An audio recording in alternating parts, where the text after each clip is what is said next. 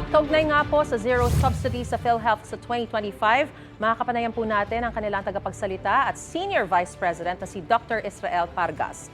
Magandang umaga po, Dr. Pargas. Si Maris po ito. Live po tayo sa unang balita. Hi, good morning. Good morning, Maris, and good morning to everyone. Alright.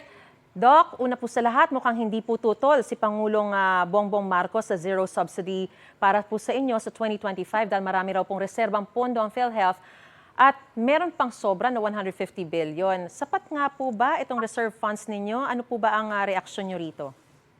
Well, gaya nga po ng nabanggit at napabalita, opo, meron po kaming mga pondo at gaya rin po ng nabanggit natin na sapat naman po at kami po ay patuloy na magbibigay ng mga benepisyo at patuloy pa rin na papalawakin ng ating mga benepisyo ngayong taon na ito at sa mga darating pa pong taon.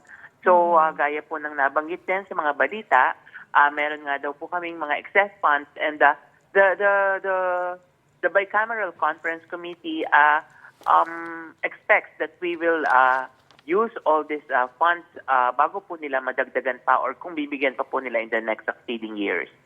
Pero binanggit nyo rin po na sana mapag-aralan pa ang ng Pangulo yung zero subsidy sa ahensya sa 2025. So kahit po sobra yung pondo nyo, bakit po ba hindi dapat kayo i-zero subsidy sa 2025? Well, kami pa naman po ay nanggagaling lamang din dun sa mga nasusulat sa batas na dapat ang ating pong premium contributions ng ating mga indirect contributors ay should be subsidized by the national government. So, yun po ay mga nasusulat din sa batas. Subalit kami naman ay naniniwala rin na ito ay alam ng ating mga lawmakers, ng ating kongreso, at kami po ay we respect the decision of the bicameral and of course the President. And if this again will be signed into law, then of course the corporation will adjust and will adopt, and surely we will provide all the benefits intended for our members. So binabanggit nyo nga po na ibibigay lahat ng mga benefits para sa mga members. So sigurado po na yung mga benefit packages, mga gamot ng PhilHealth member, hindi po maapektuhan kasi yung karaniwang pong reklamo, parang kapag halimbawa nagkasakit, parang ang liit-liit lang daw po nung naibibigay na tulong ng PhilHealth para sa mga may sakit.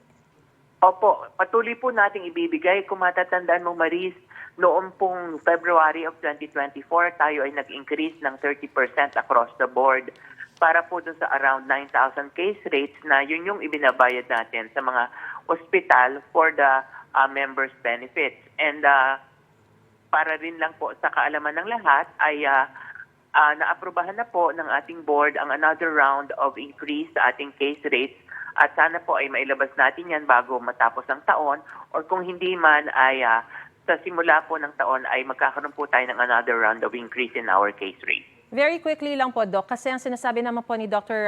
Tony Leachon, yung mga idinagdag nyo raw po, parang medyo hindi naman po daw yun yung mga karaniwan na nagiging sakit. Ang sana raw, ang mapaglaanan ng mas maraming pondo, yung heart problem, yung diabetes, cancer, yung lahat ng klase ng cancer na talagang parang numero 1 o nasa top list ng cause of death ng mga Pinoy. Opo. Actually, yung po mga binanggit niya ay yan po yung ating mga nauna na na-increase. Katulad po nung sa pneumonia, yan po ang unang kaso na ating natatanggap sa PhilHealth. Yun pong dialysis. Yun pong heart disease ay naaprubahan na ng ating board ang pag-i-increase at bago po matapos ang taon, may lalabas na natin yung polisiya po dyan. Yung pong ating cancer, we are already reviewing. Ito po yung cancer for prostate, for cervical, for uterine, for lung and liver cancer. At ito po ay sinimulan na nating pag-aralan and maaasahan nyo po na by next year, 2025, mailalabas na po natin yung enhanced benefits natin para dito. Ganon din po ay nagsimula na rin po tayo nung ating pag-improve ng ating dengue na ngayon ay from 16,000 to 47,000 na. And again, yun pa pong ibang mga pagkakasakit na cover po siya ng pag-i-increase natin dun sa across the board 30% and within this year ay bago po yung magkakaroon ulit na tayo ng panibagong increase.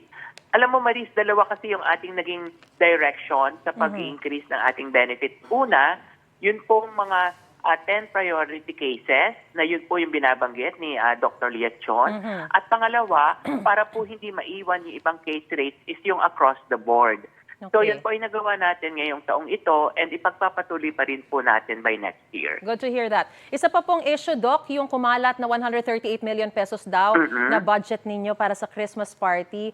Matanong ko lang, magkano po ba talaga ang ginastos nyo sa Christmas party kung talagang meron kayong kinuha from the budget of PhilHealth?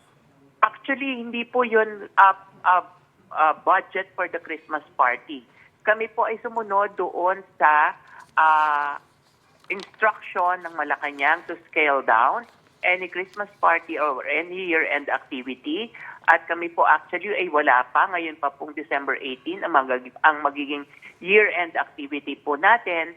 And again, nag-scale down po kami para po dito. So, magkano po? magkakaroon din lang, yun pong ating magiging budget para sa more than 1,000 empleyado ay mga I think around a little less than 2 million.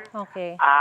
At ito po ay para sa pagkain na lamang at para po doon sa tinatawag na year-end activity. At yun pong 138 million naman na napabalita, ayan po ay proposed activity and proposed budget para po sa 2025 30th anniversary celebration ng PhilHealth and the National Health Insurance Program Month in February.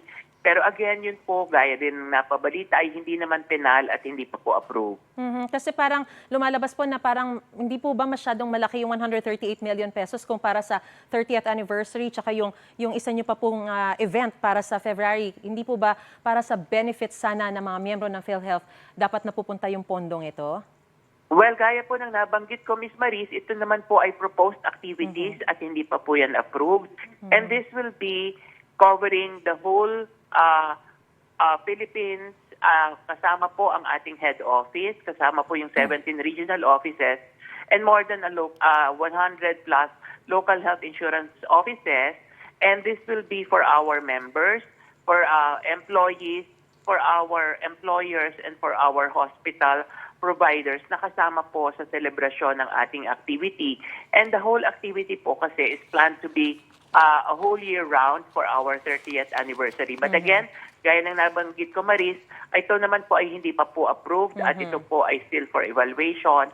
And siguro kung ano man ang magiging kalabasan po nito, ito'y malalaman din ninyo. Alright, patuloy po kaming makikibalita sa inyo. Marami pong salamat sa inyong panahon. Dr. Yes, Israel thank you. Pargas, tagapagsalita at Thank Senior you. Vice President ng PhilHealth. Merry Christmas po sa inyo. Thank you, Maris, and Merry Christmas. Gusto mo bang mauna sa mga balita? Mag-subscribe na sa GMA Integrated News sa YouTube at tumutok sa unang balita.